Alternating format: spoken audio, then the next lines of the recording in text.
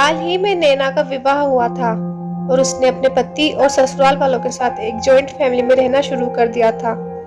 कुछ दिनों के बाद उसे पता चला कि वह अपनी सास के साथ नहीं रह सकती। नैना की सास रूढ़िवादी थी, जबकि नैना आधुनिक जीवन शैली जीने वाली लड़की थी। जल्द ही उनके बीच झगड़े होने लगे। कई महीनों के बीत जाने के बाद भी दोनों में से कोई भी अपना व्यवहार बदल नहीं पाया। समय के साथ नैना और ज्यादा आक्रामक हो गई और उसने अपनी सास से नफरत होना शुरू हो गया। वह सोचने लगी कि कैसे अपनी सास से छुटकारा पाया जाए। एक बार हमेशा की तरह जब उसने अपनी सास से झगड़ा किया और उसके पति ने अपनी माँ का साइड लिया, तब नैना गुस्सा हो गई और अपने मायके चली गई। नैना के पिता एक केमिस्ट थे। उसने अपने पिता को पूरी बात बताई और उसने अपने पिता से कहा कि उसे कुछ जहर दे ताकि वे अपनी सास के खाने में मिलाकर उससे छुटकारा पा सके, नहीं तो वे अपने पति के घर वापस नहीं जाएगी।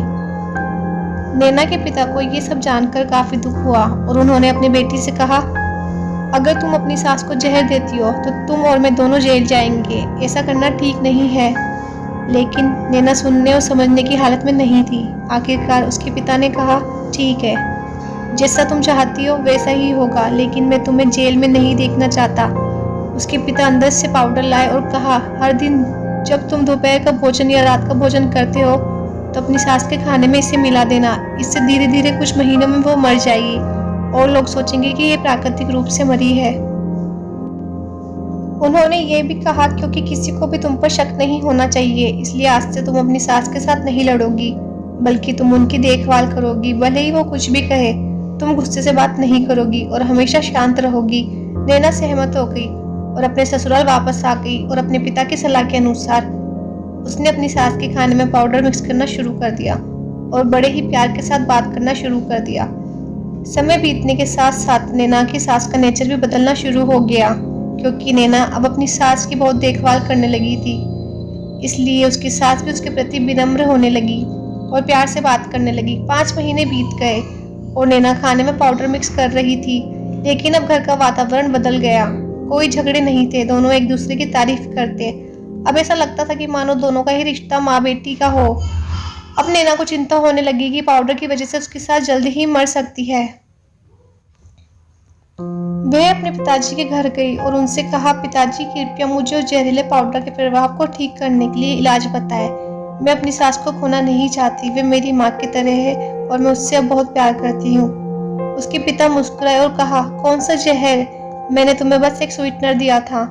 नैना हैरान थी और उसने अपने पिता से पूछा कि उन्होंने ऐसा क्यों किया। पिता ने कहा, बेटा, अगर तुम किसी दूसरे इंसान से प्यार चाहते हो तो तुम्हें भी उसे प्यार देना होगा। रिश्ते गाड़ी की तरह होते हैं और हम उन पर लगे पहियों की तरह। जब तक सभी पहिए ठीक से आगे नहीं बढ़ेंगे तब तक गाड़ी ठीक से नहीं चल सकती। इसी बात का एहसास दिलाने के लिए मैंने ऐसा किया और तुम्हें अपनी सास के प्रति नम्र रहने को कहा। तुम्हारी अच्छाई देखकर उन्होंने भी अपने आप को बदला और तुम्हें समझना शुरू किया। तुम दोनों ने एक दूसरे के लिए अपने आप को बदला। यही कारण है कि तुम आज अपनी सास के लिए मेरे पास भागते हुए आई हो। मोरल ऑफ द स्टोरी, हर इंसान अपनी परिस्थितियों का शिकार होता है।